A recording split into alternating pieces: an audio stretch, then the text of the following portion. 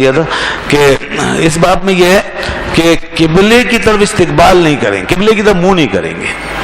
کب؟ جب bath room میں ہوں، یعنی قضا حاجت کرتے ہوئے.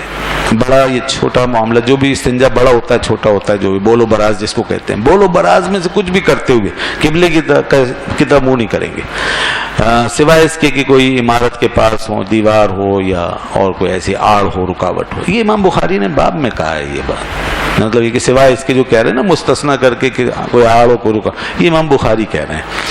حدیث العالم اس کے اندر کسی آڑ وغیرہ کی کسی قید نہیں ہے، مطلق ہے. چاہے آپ کھلے میدان میں یا بند کسی جگہ میں جہاں بھی ہو، قبلے کی طرف منہ نہیں کر سکتے، نہ پیٹ کر سکتے، نہ منہ کر سکتے. حدیث میں یہی آ رہا ہے، اور بھی ایسی حدیث موجود ہیں جن میں یہی آیا مطلق ہے. لیکن امام بخاری اس میں باب باندھ رہے ہیں اور اس میں قید لگا رہے ہیں کہ ہاں اگر آڑ ہے تو پھر کوئی حرج نہیں ہے گویا. یعنی اگر میدان وغیرہ میں کھلی جگہ میں تو وہاں تو نہیں کریں گے ایسا قبلے کی طرف منہ یا پوچھ، لیکن اگر ایسے کوئی آڑ ہے، دیوار ہے، تو وہاں ایسا کر سکتے ہیں گھروں میں.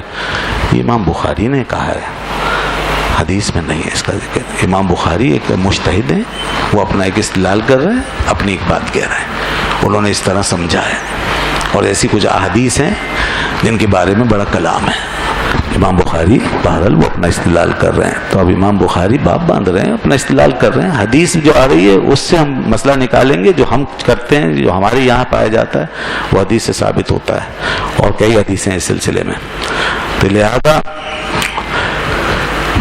ہم لوگوں سے یہ کہتے ہیں کہ دیکھو یہ امام بخاری نے عنوان اپنے اجتہاد استدلال سے باندھا ہے. آپ اگر اس عنوان کو کہ پابندی کرتے ہو، اس کی تقلید کرتے ہو، اس کی پیروی کرتے ہو، تو اسی کو تقلید کہتے ہیں. اور کیا ہوتی ہے تقلید؟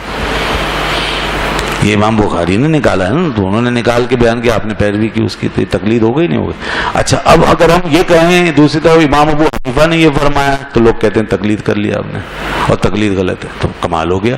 امام ابو حنیفہ کی تقلید اگر کی جائے تو غلط ہے، امام بخاری کی تقلید کریں آپ تو صحیح ہے. بھئی باب تو امام بخاری جو باب باندھ رہے ہیں وہ تو اپنی طرف سے باندھ رہے ہیں نا، وہ تو خود سمجھ کے ایک چیز نکال رہے ہیں نا. ہم اس کی پیروی کرنے جا رہے ہیں تو تقلید ہی تو ہوئی. تو اگر آپ یہ مان سکتے ہیں تو پھر وہی مان لیں امام ابو حنیفہ. اور امام ابو حنیفہ امام بخاری سے 100-150 سال پہلے ہوئے ہیں، اور امام بخاری امام ابو حنیفہ کے علم کے مقابلے میں بہت چھوٹے ہیں. امام بخاری رحمۃ اللہ علیہ جن محدثین سے روایت لیتے ہیں وہ امام ابو حنیفہ کے شاگردوں کی لائن لگی ہوئی ہے وہاں، اور امام بخاری ان سے روایت لیتے ہیں. کتنے امام ابو حنیفہ کے شاگرد ہیں امام بخاری کی کتاب میں موجود ہیں جناب. امام اعظم ابو حنیفہ رحمۃ اللہ علیہ بہت بڑا مقام رکھتے ہیں علم میں، حدیث فہمی میں، قرآن فہمی میں. ان کی کیا بات ہے، وہ فقیہ ہیں، بہت بڑے فقیہ ہیں، مجتہد اعظم ہیں. تو امام بخاری رحمۃ اللہ علیہ کے تو بہت سے ایسے اجتہادات ہیں کہ اس پہ دنیا عمل بھی نہیں کر سکتی. آج کون عمل کرے گا اس پہ؟ مثال کے امام بخاری نے بعض ایسے اجتہاد نکالے، ایسے مسئلے بیان کیے کہ جو ان کے دور میں ہی بڑے متنازع ہو گئے، اور ان کے فہم و استدلال کو ان کے اہل زمانہ نے رد کر دیا، جس کی وجہ سے ان کو اپنا شہر تک چھوڑنا پڑا. جی ہاں، حدیث کے تو ماہر ہیں، اس میں کوئی شک نہیں. انہوں نے روایتیں جمع کی ہیں اور صحیح حدیثوں کا اہتمام کیا ہے، بہت حد تک بہت کوشش کی انہوں نے اس میں. یہ اپنا ان کا ایک بہت بڑا کارنامہ ہے. لیکن ایک ہوتا ہے استدلال، حدیث کا فہم، مسئلے کا نکالنا خاص کا، اس کے لیے ایک صلاحیت چاہیے. وہ ضروری نہیں ہے کہ محدث کے اندر وہ بھی ہو. تو ان محدثین کے اندر وہ فقاہت جو ہے، اجتہاد کی صلاحیت، وہ نسبتاً کم ہوتی تھی. یہ کام فقاہ جو حدیث بھی جانتے تھے، اس کا فہم بھی سمجھتے تھے. تو امام بخاری نے جو مسئلے بیان کیے، مثال کے طور پر میں آپ کو بتاؤں، اب حیران ہوں گے. امام بخاری نے ایک مسئلہ ایک دفعہ یہ بیان فرما دیا کہ ایک بکری سے پینے والے، دودھ پینے والے 2 بچے آپس میں رضائی بھائی بہن ہو جاتے ہیں. بتائیے بات، ایک بکری ایک گائے سے اگر 2 بچے پی لیں نا دودھ، تو وہ حکم ایسے ہی ہے جیسے ایک عورت سے 2 بچے پی لیں تو رضائی بھائی بہن ہو جاتے. یہ بات بڑی عجیب تھی، اور اس سے بچنا بتائیے کیسے ممکن ہے؟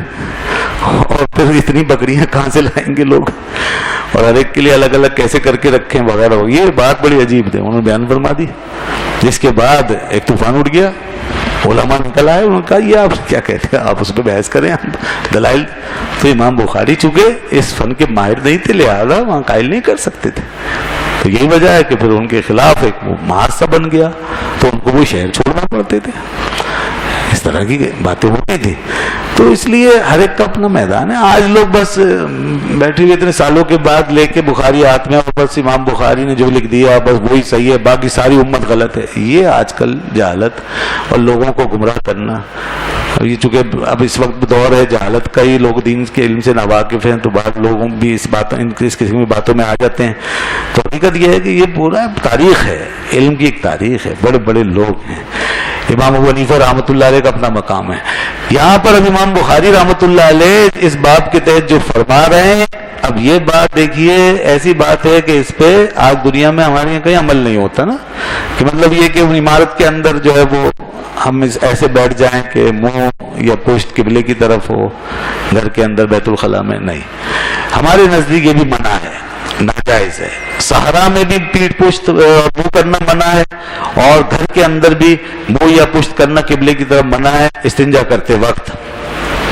لہذا اب حدیث سنیے اور اس کے اندر مطلقاً فرمایا. حضرت ابو ایوب انصاری رضی اللہ عنہ سے یہ حدیث ہے, قال رسول اللہ صلی اللہ علیہ وسلم اذا اتا احدکم الغائط, فرمایا رسول اللہ صلی اللہ علیہ وسلم نے جب تم میں سے کوئی بیت الخلاء آئے, فلا یستقبل القبلۃ ولا یولیها ظہرہ, تو نہ قبلے کو منہ کرے اور نہ اپنی پشت. بالکل مطلق فرمایا, ایسا نہیں ہے کہ یہ صحرا میں کسی میدان میں, مطلق فرمایا جہاں بھی ہو.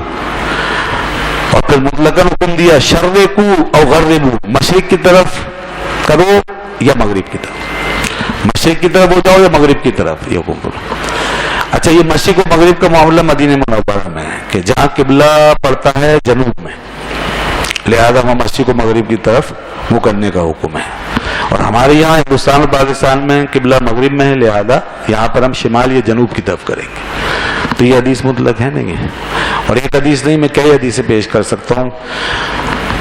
مسلم شریف میں حدیثیں موجود ہیں, ابو داؤد میں موجود ہیں, ترمذی میں موجود ہیں, اور ابن ماجہ میں موجود ہیں وغیرہ, اور کئی کتاب موجود ہیں جس میں کہ رسول اللہ صلی اللہ علیہ وسلم نے بالکل مطلق ارشاد فرمایا کہ قبلے کی طرف نہ منہ کرو نہ پشت کرو. اس میں کوئی قید نہیں لگائی کہ صحرا میں یا کھلی جگہ میں, کوئی ایسی قید نہیں, جہاں بھی. ٹھیک ہے جی, اس سے رد ہوتا ہے امام بخاری کے اس عنوان کا اور اس استدلال کا رد ہوتا ہے, اور امام ابو حنیفہ رحمۃ اللہ علیہ کا جو مسئلہ بالکل ثابت ہو جاتا ہے. میں حدیث بیان کرتا ہوں. یہی حضرت ابو ایوب انصاری رضی اللہ عنہ جو اس حدیث میں آئے ہیں, آپ ہی سے روایت ہے, اور یہ حدیث بالکل صحیح ہے, ابو داؤد شریف وغیرہ میں موجود ہے کئی کتابوں میں. آپ نے ارشاد فرمایا کہ رسول اللہ صلی اللہ علیہ وسلم کا فرمان ہے کہ جب تم میں سے کوئی بیت الخلاء جائے تو قبلے کی طرف نہ پشت کرے نہ منہ کرے. اس کے بعد پھر آپ نے اس حدیث میں آگے فرمایا جب ہم شام گئے تو وہاں پر ہم نے دیکھا کہ لوگوں نے بیت الخلاء اس طرح بنائے ہوئے تھے کہ اس میں قبلے کی طرف منہ ہوتا تھا, قبلے کی طرف منہ ہوتا تھا یا پشت ہوتی تھی, تو اس طرح بنائے ہوئے تھے. تو فرماتے ہیں ہم آڑے ہو کر بیٹھتے تھے, جانا تو مجبوری تھا لیکن آڑے ہو کے بیٹھتے تھے, قبلے کی طرف منہ یا پشت نہیں کرتے تھے, اور پھر نکل کر اللہ سے معافی چاہتے تھے. یہ حضرت ابو ایوب انصاری. تو یہاں پر دیکھیے بالکل صاف آ گیا نا, بیت الخلاء کا ذکر آ گیا نا, تو کہ بنے ہوئے تھے ایسے. اب ظاہر سی بات ہے عمارت ہے نا وہ, تو بالکل واضح ہو گیا اس حدیث سے امام ابو حنیفہ رحمۃ اللہ علیہ کا مذہب بالکل درست ہے. ٹھیک ہے. اور اسی طریقے سے حضرت سلمان فارسی رضی اللہ تعالیٰ عنہ کی بھی حدیث آتی ہے, بڑی دلچسپ بات ہے. کچھ لوگوں نے طعنہ دیا, کافروں نے حضرت سلمان فارسی سے بات کی اور کہا کہ یہ تمہارے نبی اتنی چھوٹی چھوٹی باتیں بھی بتاتے ہیں, استنجا کرنے کا طریقہ. انہوں نے کہا کیوں, اگر وہ نہیں بتائیں گے تو کون بتائے گا؟ وہ اللہ کے رسول ہیں, اور دین اسلام ایک مکمل دین ہے. اور سنو, ہاں ہمارے رسول صلی اللہ علیہ وسلم ہمیں یہ بتاتے ہیں کہ استنجا کرنے کے آداب کیا ہیں, اور انہوں نے ہمیں یہ بتایا ہے کہ جب تم استنجا کرو تو قبلے کی طرف نہ منہ کرو نہ پشت کرو, اور انہوں نے ہمیں یہ بتایا ہے کہ جب تم استنجا کرو تو داہنا ہاتھ استعمال مت کرو, اور انہوں نے ہمیں یہ بتایا ہے کہ جب تم پتھر لو تو 3 سے کم مت لو, اور انہوں نے ہمیں یہ بتایا ہے کہ گوبر سے اور ہڈی سے استنجا مت کرو. یہ سب بتایا انہوں نے, 4-5 باتیں اور بتا دی. پھر اس کے بعد حضرت ابو ہریرہ رضی اللہ عنہ کی روایت آتی ہے, انہوں نے بڑی زبردست بات بیان فرمائی ہے. حدیث آپ صلی اللہ علیہ وسلم نے ارشاد فرمایا, اللہ اکبر, فرمایا انا لکم کمثل الوالد لولدہ اعلمکم, فرمایا لوگوں میں تمہارے لیے باپ کی طرح ہوں, جیسے کوئی باپ اپنے بچے کے لیے ہوتا ہے, میں اسی طرح ہوں تمہارے لیے. روحانی باپ ہیں آپ, ہمارے معلم کائنات ہیں آپ. فرمایا میں تمہارے لیے اس طرح ہوں, میں تمہیں تعلیم دیتا ہوں تو سنو. فرمایا تم میں سے جب کوئی بیت الخلا جائے تو قبلے کی طرف نہ منہ کرے نہ پشت کرے. اور پھر وہی باتیں جو سلمان فارسی نے بیان فرمائی, وہی باتیں آپ نے پھر فرمائی. ان تمام حدیث سے پتہ چل رہا ہے مطلقاً کہیں بھی بیٹھے بے سطر ہونے کی حالت میں قبلے کی طرف نہ منہ کر سکتے ہیں نہ پشت کر سکتے ہیں, منع ہے. علماء نے بالکل اس کو ناجائز بیان کیا ہے, ناجائز قرار دیا ہے, اور یہ قبلے کی بے ادبی ہے, بے حرمتی.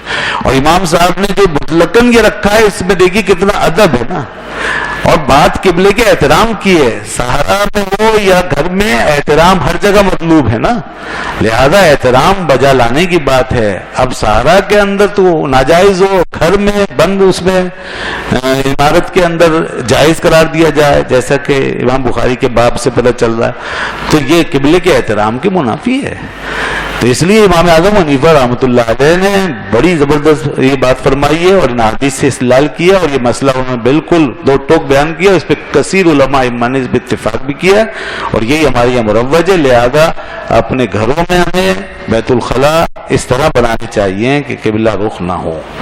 اور اگر کہیں ایسا ہے تو پھر آپ وہی جو حضرت ابو ایوب انصاری نے